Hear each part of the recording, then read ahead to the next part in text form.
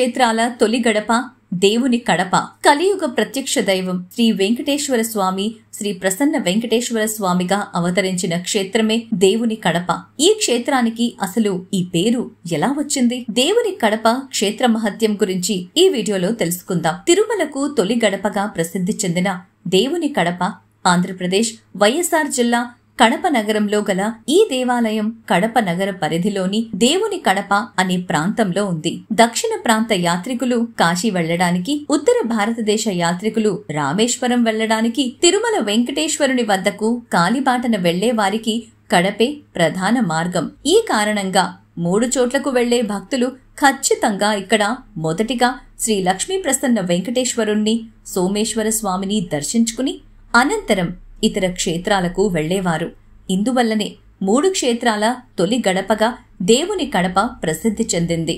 దేవుని కడపలో వెంకటేశ్వర స్వామిని కృపాచార్యులు ప్రతిష్ఠించారని ప్రతీతి. అందువలన ఈ పట్టణానికి కృపాపురమని పేరొచ్చింది. కృపాపురమే కడపగా మారిందంటారు. విజయనగర రాజులు, నంద్యాల రాజులు ఈ ఆలయాన్ని అభివృద్ధి చేశారు. మణిమాన్యాలు, బంగారు సొమ్ములు ఈ స్వామికి సమర్పించారు. తాళ్లపాక అన్నమాచార్యులు స్వామి గురించి 12 కీర్తనలు చేశాడు. దేవుని కడపలో వెలసిన శ్రీ లక్ష్మీ ప్రసన్న వెంకటేశ్వరుడి గుడిలో ఒక మందిరంలో ఉంటే ఎడమవైపు మందిరంలో శ్రీ మహాలక్ష్మి ఉన్నారు. తిరుమల వరాహ క్షేత్రం కాగా ఇది హనుమ క్షేత్రం. గర్భగుడి వెనక వైపు ఇక్కడి క్షేత్ర పాలకుడు ఆంజనేయ స్వామి విగ్రహం ఉంది. సాధారణంగా ఎక్కడైనా వినాయకుని విగ్రహానికి అడ్డనామాలు ఉంటాయి. వాటికి భిన్నంగా ఇక్కడ నృత్య గణపతికి నిలువు నామాలుంటాయి. దేవుని కడపలో ఇంకా సోమేశ్వరాలయం, దుర్గాలయం, ఆంజనేయ మందిరం ఉన్నాయి. అలాగే తిరుమల తిరుపతి దేవస్థానం వారు నిర్మించిన కళ్యాణ మండపం ఉంది. ఇతర దేవీ దేవతల ఉపాలయాలు. ఆలయ ప్రాంగణంలో ఆండాళమ్మ, విశ్వక్సేన, పద్మావతి అమ్మవారు, శంఖచక్ర ధ్వజ గరుడ ఆల్వారు, హనుమత్ పెరుమాళ్లు, నృత్య గణపతి తదితర దేవీ దేవతలు కొలువై ఉన్నారు.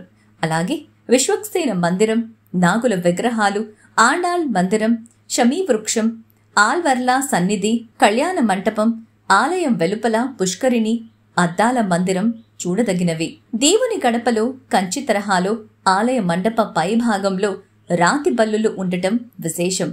పాప నివారణ కోసం భక్తులు ఆ బల్లుల్ని తాకుతారు. దేవుని కడపలో మరో విశిష్టత ఏమిటంటే మత సామరస్యం. ఉగాది పర్వదినాన ముస్లిం భక్తులతో ఆలయం కిటకిటలాడుతుంది.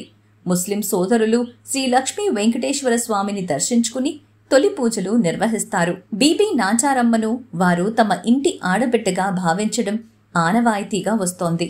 ఈ కారణంగా స్వామివారికి సారె ఇచ్చి ఉగాది పండక్కి వారి ఇంటికి ఆహ్వానిస్తారు. అలాగే రథసప్తమి రోజు స్వామి రథాన్ని లాగడంలో అందరూ పాల్గొంటారు.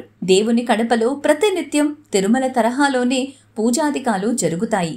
ఏటా ధనుర్మాసంలో ప్రత్యేక పూజలు, తిరుప్పావై వంటి కార్యక్రమాలు నిర్వహిస్తారు. ఏడాదికోసారి బ్రహ్మోత్సవాలు. మాఘశుద్ధ పాడ్యమి నుంచి సప్తమి వరకు బ్రహ్మోత్సవాలు జరుగుతాయి. సప్తమి రోజు రథోత్సవం జరుగుతుంది. ఆనాడు వేలాది మంది భక్తులు పాల్గొంటారు. దేవుని కడపలో శ్రీనివాసుని దర్శనం సకల పాపహరణం అని విశ్వాసం.